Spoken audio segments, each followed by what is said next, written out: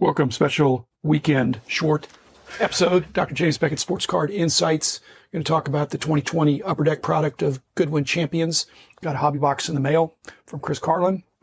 And Goodwin Champions, which is my longtime friend and colleague, Grant Sandground, kind of his brainchild. Very proud of the eclectic nature of that product, which is kind of defies description. And I have to admit, I hadn't really spent a lot of time with that over the years. And yet opening up a box this afternoon was an awful lot of fun.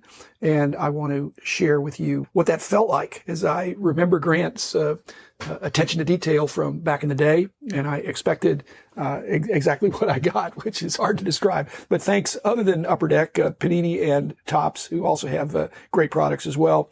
Heritage Auctions, Huggins Scott Auctions, Burbank Sports Cards, Mike Stadium Sports Cards, as well as Beckett Media, Beckett Grading, Beckett Authentication, and ComC.com. So the Goodwin Champion set has been out, probably a couple of weeks.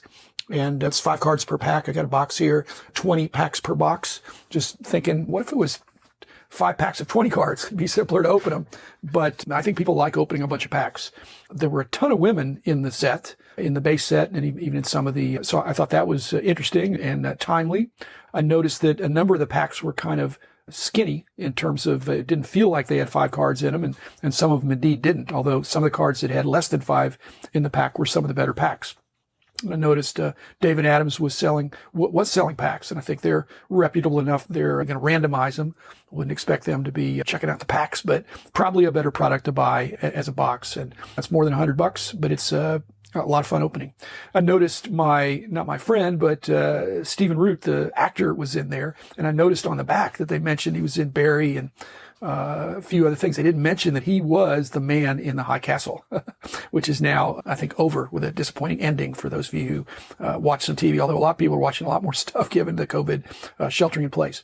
I thought the base set of 100 was probably pretty easy to put together. Didn't appear to be reasonable collation. A little disappointed that there were, that the players there were 50 subjects, each of which seemed like had 2 cards. That I'd rather have 100 different subjects, especially when it's as interesting of a variety and diversity as they have.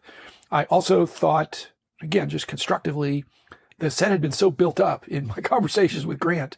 I really thought that each pack I was going to wind up with a cat or some other environmental artifact, and occasional lion or tiger, but not a lot of that. And I thought this was, so I was pleasantly surprised. A lot of it was sports, the sports that I collect, because I do collect all sports, and the stuff that wasn't as sports oriented, not a big problem for me. The sets, or at least the box was as advertised, 3 hits.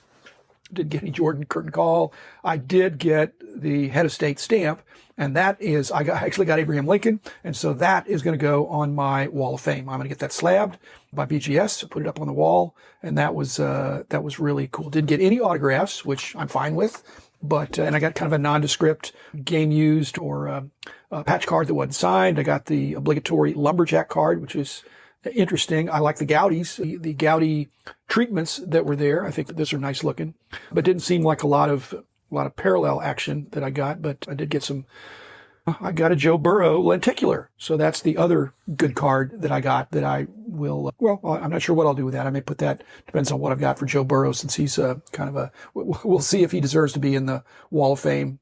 He probably does, although if he goes to a certain franchise, he may maybe be thrown off his back foot an awful lot. So the set, let's see. I mean, I think it points out the strength of Upper Deck's lineup in the, if LeBron is not the GOAT, then Michael Jordan is. They're both in this set, and they've got a number of other baseball and football, basketball, hockey. They've got Gretzky. So their key, really outstanding players that they've locked up are in the set, and that alone is worth a consideration. Let's see, what else did I get here? Didn't get an Aesop's Fable. I think that would have been nice. Didn't get any cats, which I thought there was going to be a cat in every pack after I talked to Grant, but maybe not. In general, I thought there'd be a lot more non-sports stuff. I really didn't think this was I don't know what the case breakers do with this product, since there's so many subsets, but that actually may be the fun of it, that if you're only looking for one of the groups, then it wouldn't be a box break. It'd have to be a case break or a multiple case break to come up with, so that people would get a little bit of what they want. So on the whole, a very enjoyable break for me, because I got cards that are the players that I collect. I got a card for my wall. I've got some cards to give to Rich Klein for his Adot show that I think some people will enjoy. And given that the set's only been out a couple weeks, I hope it's selling through very well. I think it probably is. and I will observe that with interest. I think I've probably close to a complete set, but I'm not sure I'm going to go ahead and complete that. I'm getting to be more of a player collector these days anyway. So thanks, Upper Deck. Thanks, Grant. Thanks, everybody, for listening, and I'll be back again on Monday with another episode.